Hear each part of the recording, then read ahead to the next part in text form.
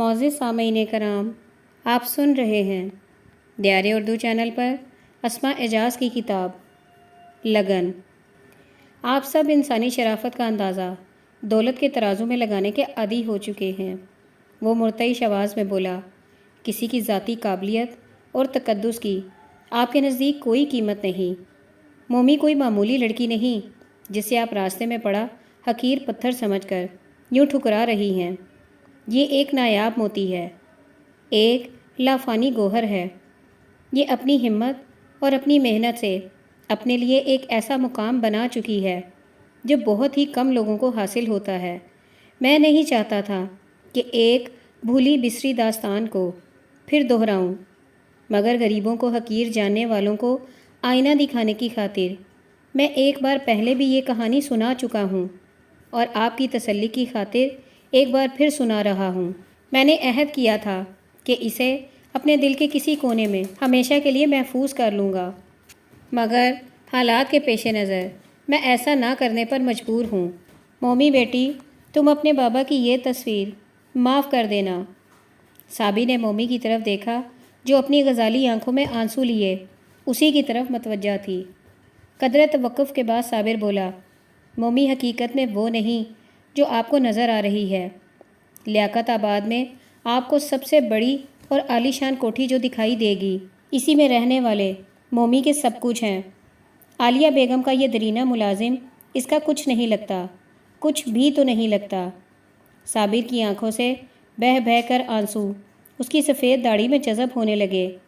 اس انکشاف پر سبھی حیران رہ گئے۔ ان کی نگاہیں صابر پر یوں جمی ہوئی تھیں گویا کہ ایک ہی سانس میں وہ اس کی زبانی سب کچھ سن لینا چاہتے ہیں۔ اس انکشاف پر مومی کی حالت عجیب سی ہو کر رہ گئی۔ آنسو تھے کہ تھمنے کا نام ہی نہیں لے رہے تھے، اور دل تھا کہ شمع کی لو کی مانند لرز رہا تھا۔ صابر نے آنسو خشک کیے، اپنے آپ کو سنبھالا اور پھر تمام کہانی کہہ سنائی۔ جب وہ خاموش ہوا تو مومی کی ہچکی بن چکی تھی۔ صابر نے آنسو خشک کیے، اپنے آپ کو سنبھالا اور پھر تمام کہانی کہہ سنائی۔ جب وہ خاموش ہوا تو مومی کی ہچکی بن چکی تھی۔ مومی بیٹی، میں تمہارا گنہگار ہوں۔ مجھے یہ سب کچھ پہلے ہی تمہیں بتا دینا چاہیے تھا، مگر صرف تمہاری ماں سے کیا ہوا وعدہ ہر بار آڑے آیا۔ میں آج بھی یہ راز ظاہر نہ کرتا اگر تمہاری بنی ہوئی بات بگڑتی نظر نہ آتی۔ مومی کو ضبط کا یارہ نہ رہا، اس کی چیخیں نکل گئیں اور وہ بھاگتی ہوئی کمرے سے نکل گئی۔ بیگم صاحبہ، مومی اس باپ کی بیٹی ہے جس کی دولت کا اندازہ ہی نہیں۔ کیا اب بھی آپ اس رشتے کو ختم کرنا چاہتی ہیں؟ اگر یہی بات پہلے کہہ سنائی ہوتی تو یہ نوبت ہی نہ آتی۔ شائستہ بیگم قدرے مسکرا کر بولی، ان کا چہرہ انجانی خوشی سے کھلا جا رہا تھا۔ ویسے یہ حقیقت ہے کہ مومی جیسی لڑکی کو چھوڑ کر مجھے بے حد افسوس ہوتا۔ ہاں، البتہ ایک چیز کا خیال رکھنا ہوگا کہ بارات مومی کے باپ کے ہی ہاتھ سے جائے گی۔ وہ تو اب ظاہر ہی ہے، صابر ڈوبتے دل سے بولا۔ اب بھلا میرا اور اس کا کون سا رشتہ باقی رہ گیا ہے؟ شہناز بیٹی، جاؤ مومی کو بھی یہ خوشخبری سناؤ کہ بگڑتی ہوئی بات بن چکی ہے۔ عائشہ بیگم نے مسرور ہوتے ہوئے بیٹی سے کہا، اور شہناز ہنستی ہوئی مومی کے کمرے کی طرف بھاگ گئی۔ شہناز دبے پاؤں اس کے کمرے میں داخل ہوئی۔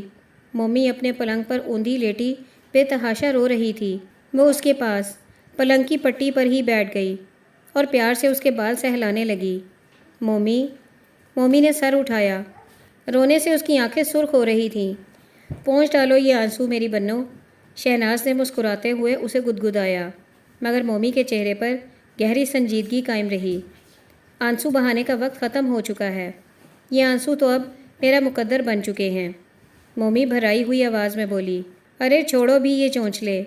شہناز شوخی سے مسکرائی، امی نے تمہیں وسیم بھائی کے پلے باندھنے کا فیصلہ کر لیا ہے۔ شہناز، انہوں نے فیصلہ کرنے میں دیر کر دی۔ کیا مطلب؟ کیونکہ اب میں ایک فیصلہ کر چکی ہوں۔ کیا؟ شہناز چونک کر اس کی طرف دیکھنے لگی۔ میں یہ شادی نہیں کروں گی۔ کہیں تمہارا دماغ تو نہیں خراب ہو گیا؟ شہناز نے بدحواس ہو کر پوچھا۔ کاش کہ یہ خراب ہو چکا ہوتا، مگر بدقسمتی یہی ہے کہ اس میں ابھی سوچنے سمجھنے کی صلاحیت باقی ہے۔ مگر وسیم بھائی کیا سوچیں گے؟ ان کے لیے بڑے گھرانوں کی ایک سے ایک اچھی لڑکی مل جائے گی، مگر وہ تو تمہارے علاوہ کسی دوسری لڑکی سے شادی ہی نہیں کریں گے۔ یہ سب کہنے کی باتیں ہیں شہناز۔ دولت کی چمک بڑے بڑوں کی آنکھوں کو خیرہ کر دیتی ہے۔ وہ بھی چند روز مجھے یاد کرنے کے بعد دولت کی بھیٹ چڑھنے والی ایک بدنصیب لڑکی سمجھ کر بھول جائیں گے۔ مومی، تم جذباتی بن کر غلط فیصلہ کر رہی ہو۔ میں نے یہ فیصلہ بڑا سوچ سمجھ کر کیا ہے شہناز، مومی سنجیدگی سے بولی، ورنہ کون دانستہ اپنی محبت کا گلا گھونٹنا پسند کرتا ہے، مگر پھر بھی شہناز تم اپنا وقت ضائع کر رہی ہو۔ مومی نے اس کی بات کاٹ دی۔ جاؤ، جا کر سب کو میرے فیصلے سے آگاہ کر دو۔ شہناز متذبذب سی کھڑی ہو گئی اور پھر اس کے لیے وہاں ٹھہرنا ممکن نہ ہو سکا۔ تھوڑی دیر کے بعد بہت سے قدموں کی آواز سن کر مومی نے نگاہ اٹھائی تو سبھی اس کے کمرے میں موجود تھے۔ وہ گھبرا کر بیٹھ گئی۔ بیٹی، میں یہ کیا سن رہا ہوں؟ صابر نے پیار سے اس کے سر پر ہاتھ پھیرتے ہوئے پوچھا۔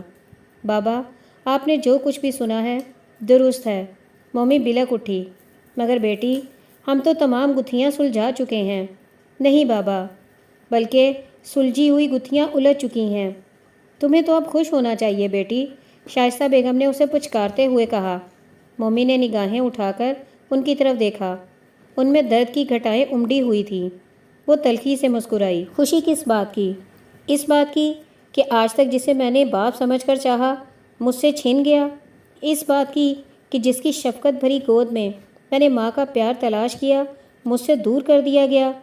اس بات کی کہ غریب ہونے کی پاداش میں بھری محفل میں میرے بابا کے منہ پر بھرپور تماچا مارا گیا۔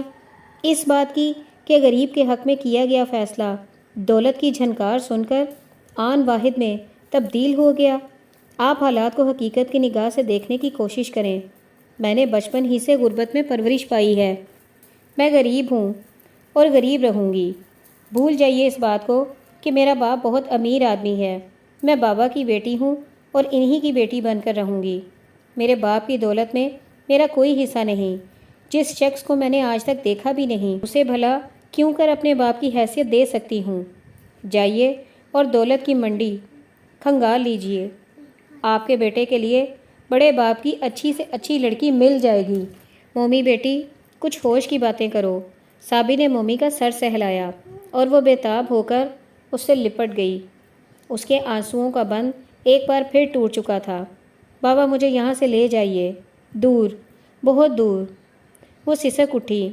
جہاں میں ہوں اور آپ کی شفقت بھری باتیں۔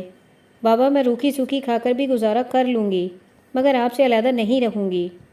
بیٹی، کون تمہیں مجھ سے علیحدہ ہونے کو کہہ رہا ہے؟ صابر نے بھرائی ہوئی آواز میں کہا اور مومی کو اپنے ساتھ بھینچ لیا۔ یہ مومی نے انگلی سے شائستہ بیگم کی طرف اشارہ کیا۔ بابا، انہیں کہیں کہ یہاں سے چلی جائیں، کہ مجھے آپ سے چھین لیں گی۔ مومی کی ہیجانی کیفیت دیکھ کر عائشہ نے شائستہ کے کان میں کچھ کہا۔ انہوں نے سر ہلایا اور آنکھ کے اشارے سے شہناز کو چلنے کے لیے کہا۔ وہ باہر نکلی اور ان کے پیچھے فاروق اور عائشہ بھی چل دیے۔ لو بیٹی، اب تم کچھ دیر آرام کرو، سب کچھ بھول جاؤ، طبیعت بہتر ہو جائے گی۔ مومی نے اس بات میں سر ہلایا اور پلنگ پر دراز ہو گئی۔ صابر نے محبت بھری نگاہوں سے اس کی طرف دیکھا، رخساروں پر بہتے ہوئے آنسوؤں کو ہاتھ سے صاف کیا اور اس کی پیشانی کو بوسہ دیتا ہوا باہر نکل گیا۔ اگلی صبح مومی بخار میں پھک رہی تھی۔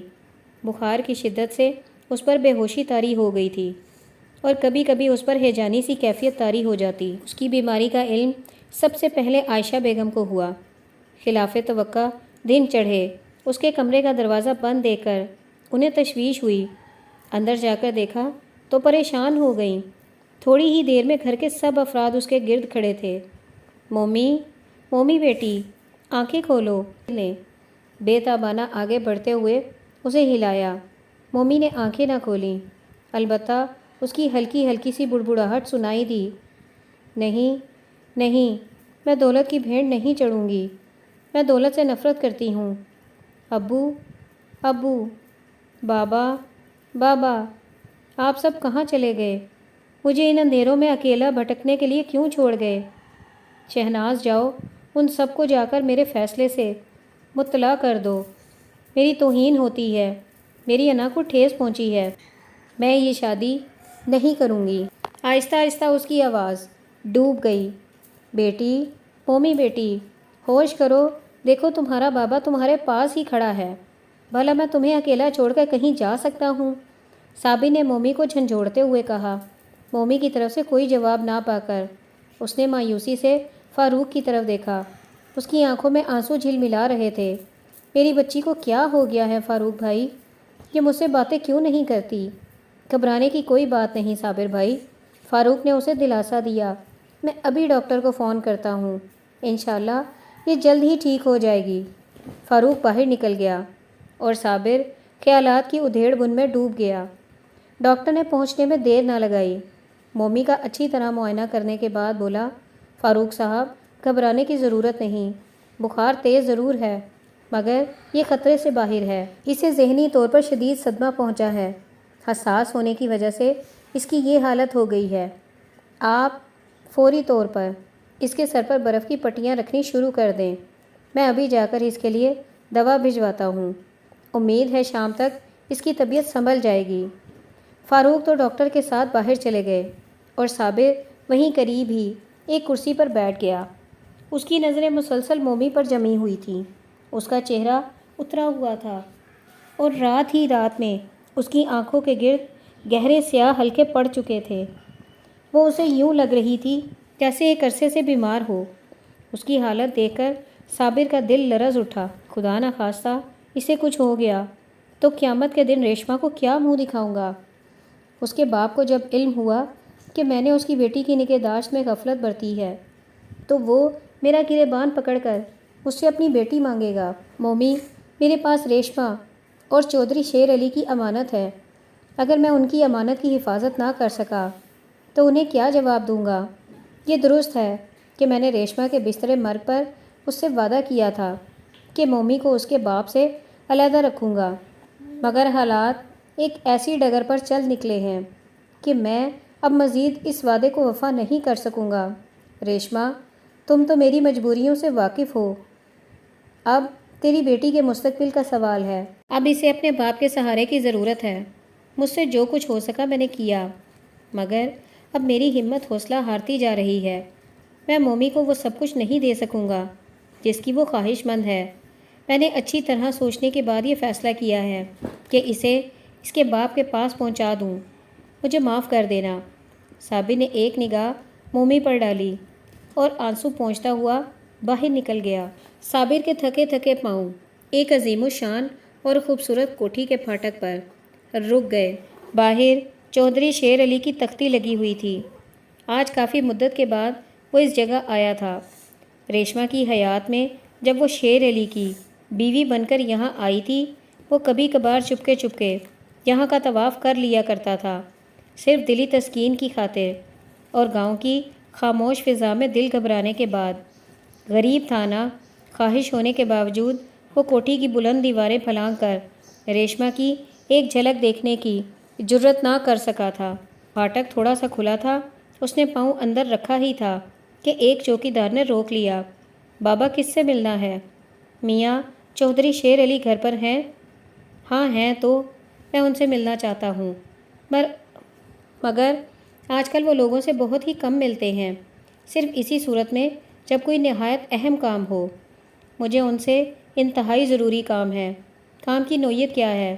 کہہ دینا صابر ان کی ایک امانت لوٹانے آیا ہے۔ چوکیدار نے اسے سر سے پاؤں تک گہری نظر سے دیکھا اور خاموشی سے اندر چلا گیا۔ تھوڑی دیر کے بعد جب وہ واپس لوٹا تو صابر کو ڈرائنگ روم میں چھوڑتے ہوئے بولا، تم یہاں بیٹھو، چودھری صاحب تشریف لا رہے ہیں۔ چوکیدار کے جانے کے بعد صابر نے غائرانہ نگاہوں سے کمرے کا جائزہ لیا۔ قیمتی سامان سے نہایت خوبصورت انداز میں آراستہ کیا گیا تھا۔ قالین، صوفے، دبیز پردے سبھی دیدہ زیب ڈیزائنوں کے منتخب کیے گئے تھے۔ یکا اس کی نگاہیں مینٹل پیس پر رکھی تصویر پر مرکوز ہو گئیں۔ جب اس کا تجسس بڑھا تو وہ دھڑکتے دل سے اس کے قریب چلا گیا اور دوسرے ہی لمحے اسے یوں محسوس ہوا جیسے ہوا میں اڑتا چلا جا رہا ہو۔ اس تصویر میں ریشما 1 سالہ مومی کو گود میں لیے بیٹھی تھی۔ ریشما کی تصویر اور یہاں صابر کو اپنا دماغ معاف ہوتا معلوم ہوا۔ چودھری شیر علی تو غائباً ریشما کو ایک داستان پارینہ سمجھ کر بھلا بیٹھا تھا۔ پھر بھلا اس نے ریشما کی تصویر یہاں کیوں سجا رکھی ہے؟ کیا چودھری شیر علی کو اس کے کھو جانے کے بعد اس کی قدر ہوئی ہے؟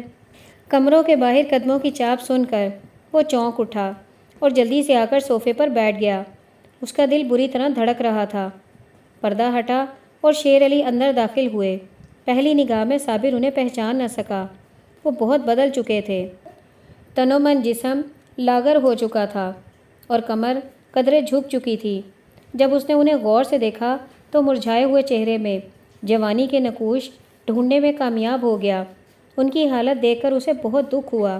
صابر چودھری شیر علی کو دیکھ کر کھڑا ہو گیا۔ چند ثانیے دونوں ایک دوسرے کے مقابل کھڑے ایک دوسرے کو گھورتے رہے اور دوسرے ہی لمحے شیر علی اس سے بغل گیر ہو گئے۔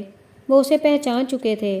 بالم تو اسی روز مر چکا تھا جب ریشما کی شادی ہوئی تھی۔ چودھری صاحب، میں صابر ہوں۔ صابر بھائی، میں تمہارا گنہگار ہوں۔ میں نے تمہاری محبت پر ڈاکہ ڈالا، یہ جانتے ہوئے کہ ریشما اور تم ایک دوسرے کے دیوانے تھے۔ مجھے معاف کر دو، مجھے معاف کر دو۔ پرانی باتوں کو بھول جائیے چودھری صاحب۔ صابر ان کے شانے پر تھپکی دیتے ہوئے علیحدہ ہو گیا۔ مجھے چودھری نہ کہو صابر، صرف شیر علی کہو، وہ شیر علی جو تمہارا مجرم ہے۔ یقین جانو میں تمہارے ساتھ ناانصافی کر کے اور ریشما کے جذبات مجروح کر کے آج تک ایک انجانی سی اذیت میں مبتلا رہا۔ قدرت نے مجھے اس کی سزا دی اور میں تمام عمر اولاد کی نعمت سے محروم رہا۔ مومی کی یاد دل میں چٹکیاں لیتی، مگر ایک تو تمہارا کوئی پتہ نہیں تھا، دوسرے صرف اپنی زیادتیوں کا کفارہ ادا کرنے کی خاطر میں نے تم تک پہنچنے کی کوشش ہی نہ کی۔ کیسا تڑپا ہوں میں اپنی بچی کے لیے، مگر سب کچھ میں نے اپنے دل پر سہ لیا، صرف اس لیے کہ شاید یہ سزا کاٹ کر خدا میری سن لے۔ کہو کیسی ہے میری بچی؟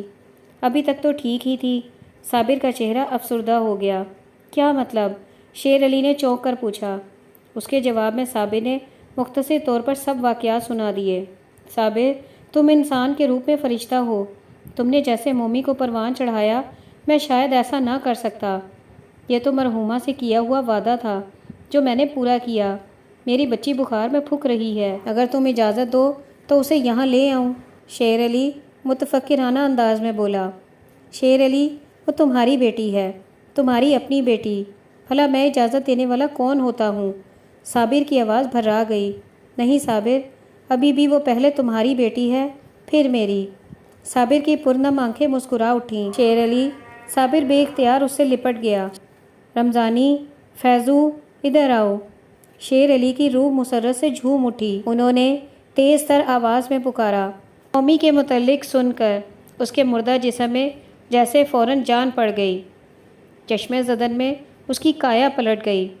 رمضانی اور فیضو کمرے میں داخل ہو کر حکم کا انتظار کرنے لگے۔ رمضانی، تم بیگم صاحبہ کو خوشخبری سناؤ کہ ہماری بچھڑی ہوئی بچی مومی مل گئی ہے اور ہم اسے لینے کے لیے جا رہے ہیں۔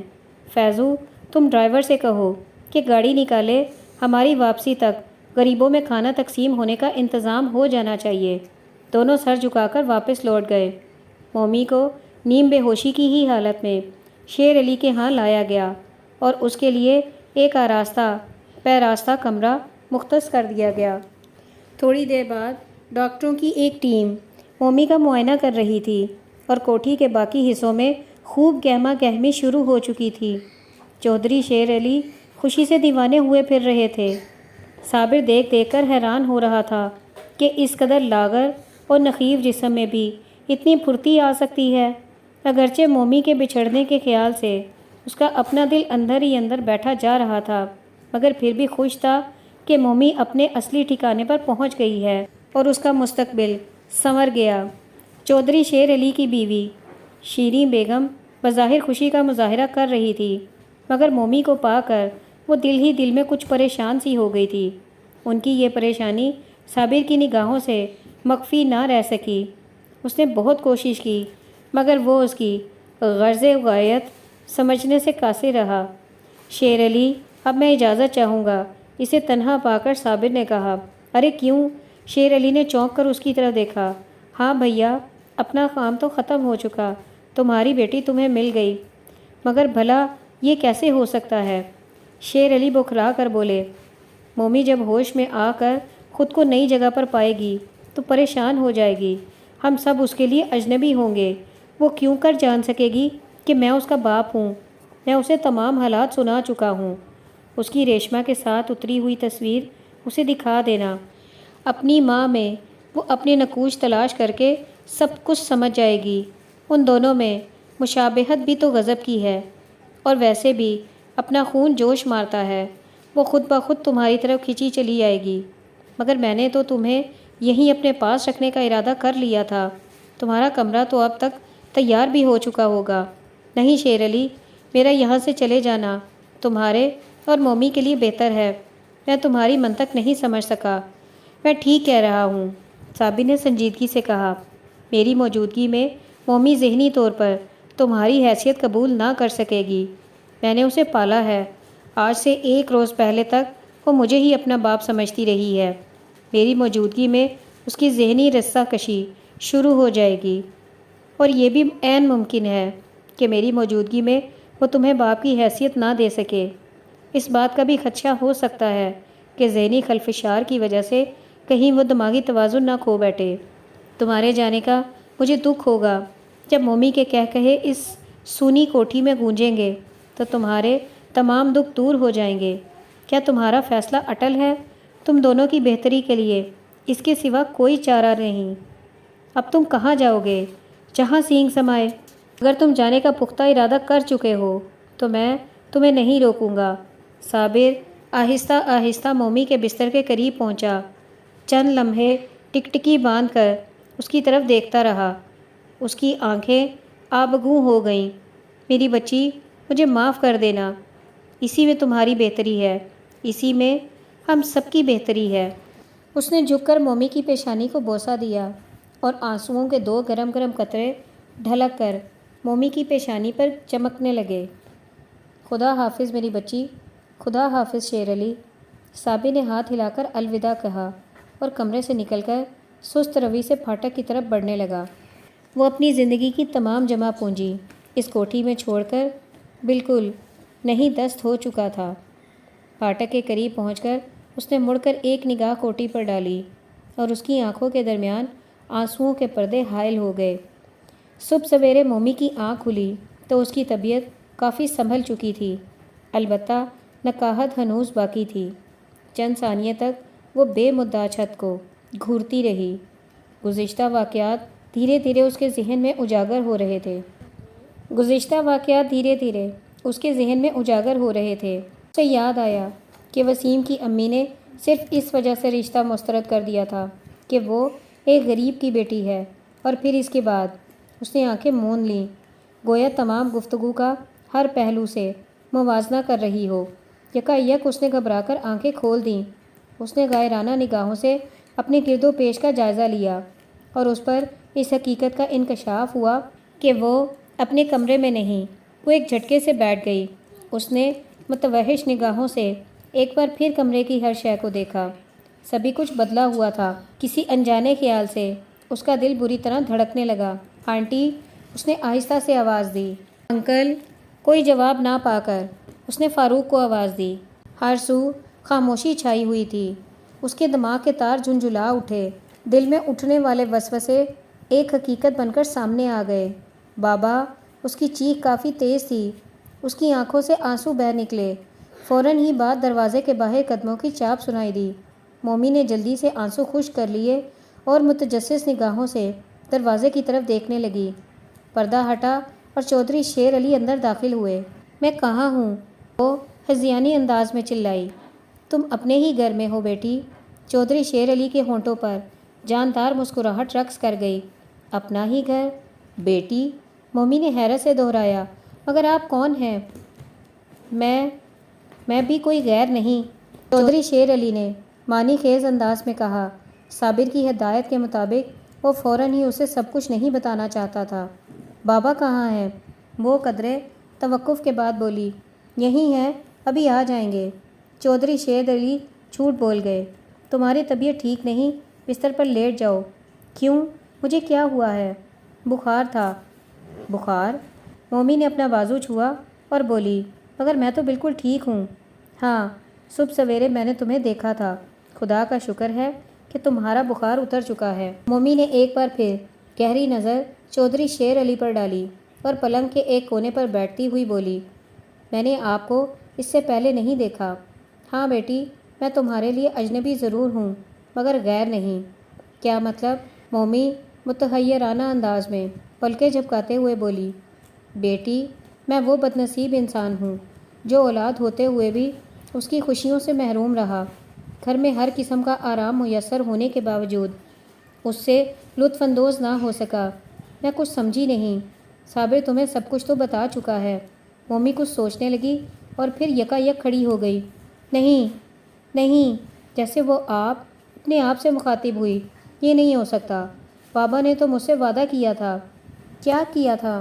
کیا وعدہ کیا تھا صابر نے تم سے؟ پہلے مجھے یہ بتائیں کہ آپ کون ہیں؟ مومی نے دھڑکتے دل سے پوچھا۔ اسے صابر کی تمام باتیں یاد آ گئی تھیں۔ بیٹی میں تمہارا بدقسمت باپ ہوں جو اولاد کے ہوتے ہوئے اولاد کی محبت کے لیے تڑپتا رہا۔ آؤ بیٹی، میرے سینے سے لگ جاؤ، میں اس جلتی ہوئی آگ کو اپنے پیار کی ٹھنڈک سے سرد کر دوں۔ وہ ہاتھ پھیلا کر مومی کی طرف بڑھے مگر وہ تڑپ کر پیچھے ہٹ گئی۔ نہیں نہیں، وہ تیز لہجے میں بولی، آپ میرے کچھ نہیں لگتے۔ آپ میرے ابو نہیں ہو سکتے۔ میرے ابو تو صابر بابا ہیں جنہوں نے مجھے ماں کی محبت اور باپ کی شفقت دی۔ میں آپ جیسے سنگ دل شخص کی بیٹی نہیں ہو سکتی۔ برائے مہربانی میرے بابا کو بلوا دیجیے، میں ان کے ساتھ واپس جانا چاہتی ہوں۔ چودھری شیر علی کی آنکھوں میں شفقت اور پیار کے جلتے ہوئے دیے ایک دم بجھ گئے۔ ان کے اٹھتے ہوئے ہاتھ آہستہ آہستہ نیچے گر گئے۔ مری مری سی آواز میں بولے، بیٹی میں تمہاری مرحومہ ماں کا مجرم ہوں، تمہارا گنہگار ہوں، مگر پھر بھی میں تمہارا باپ ہوں۔ کیا تمہاری رگوں میں میرا خون میری محبت کے لیے جوش نہیں مارتا؟ کیا تمہارا دل اپنے باپ کے سینے سے لگنے کے لیے نہیں تڑپتا؟ میں اپنے کیے پر سخت نادم ہوں بیٹی۔